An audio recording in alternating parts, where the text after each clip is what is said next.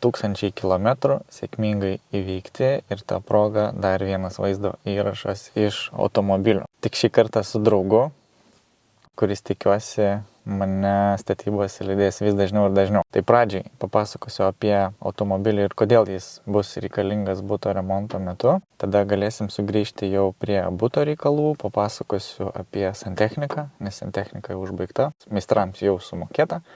Ir taipogi elektrikas jau buvo apsilankęs, atliko visus pradinius darbus, su juo irgi atsiskaičiau. Tai kodėlgi reikalingas automobilis? Automobilis reikalingas dėl to, kad tai finansiškai tiesiog apsimoka. Mes turime šeimos automobilį, tačiau jis nėra pats ekonomiškiausias. Naudodavo apie 11-12 litrų degalų 100 km. Šitas gerokai pigesnis automobilis, mažesnis, naudoja perpus mažiau.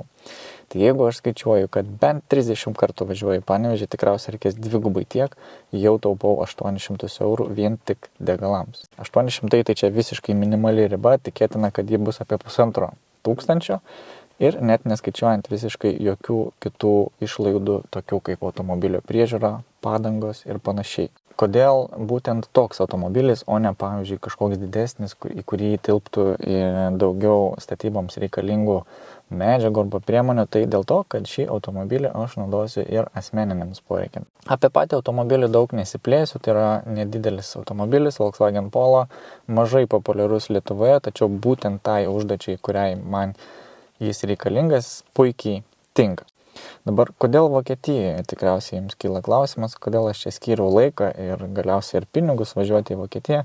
Tiesiog mano gyvenime taip susiklostė, kad automobilių Lietuvoje aš nelabai ir pirkau. Man tiesiog yra keista, kad tie patys automobiliai Lietuvoje kainuoja pigiau iš ten, kur jie atvažiuoja.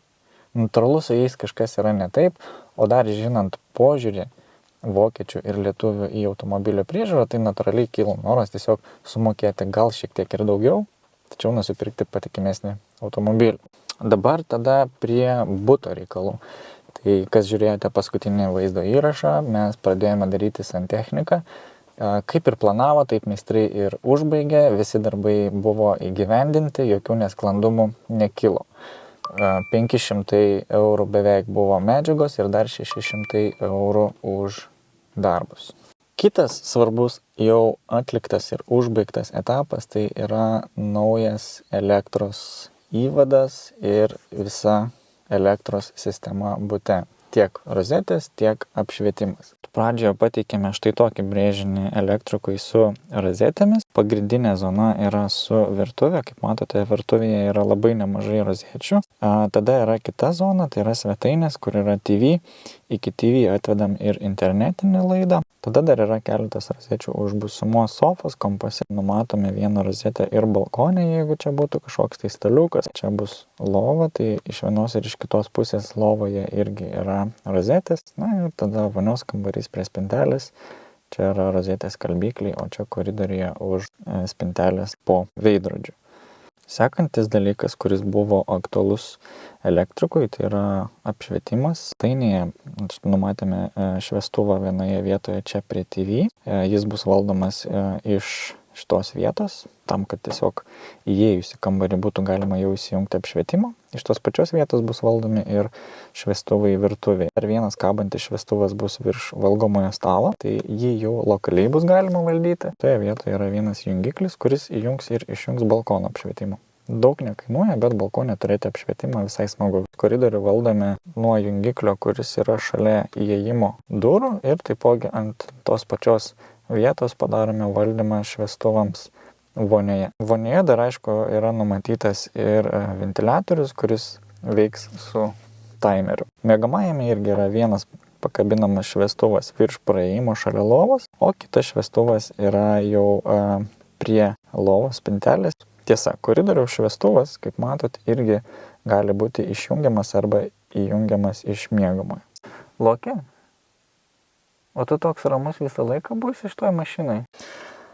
Jo. Tokius brėžinius perdaviau, kaip ir sakiau, kartu su meistru mes dar viską apėjome, aš jam parodžiau ant sienų, susipaišėm, palikau jį dirbti, po 4 dienų jau paskambino, kad galiu atvažiuoti sumokėti. Tai sumokėjau 1400 eurų ir už darbus, ir už medžiagas. Darbai dabar yra pabaigti ir jau galima judėti tolyn. Elektriką pakviesiu jau tik pačiame gale, kada bus padaryta visa apdaila ir reikės sujungti viską. Iki tol aš pats savarankiškai turėsiu užsitinkuoti kabelius, išsilyginti sienas, reikės ir elektros dėžutes susidėti. Tai visus tos darbus padarysiu, butas jau bus beveik baigtas, tada pakviesime elektriką paskutiniam etapui, kuris dar irgi kažkiek tai kainuoja. Tai šiam kartui tiek, aš tada einu planuotis sekančių darbų. Tikriausia tai bus grindų betonavimas, na, o tada jau bus laikas pereiti į vidaus apdailą, kurios aš kažkaip tais labai laukiu, nes noriu išbandyti jėgas, dar nesu tų darbų niekada daręs, tai greitu metu parodysiu viską ir jums. Na, eisim namo.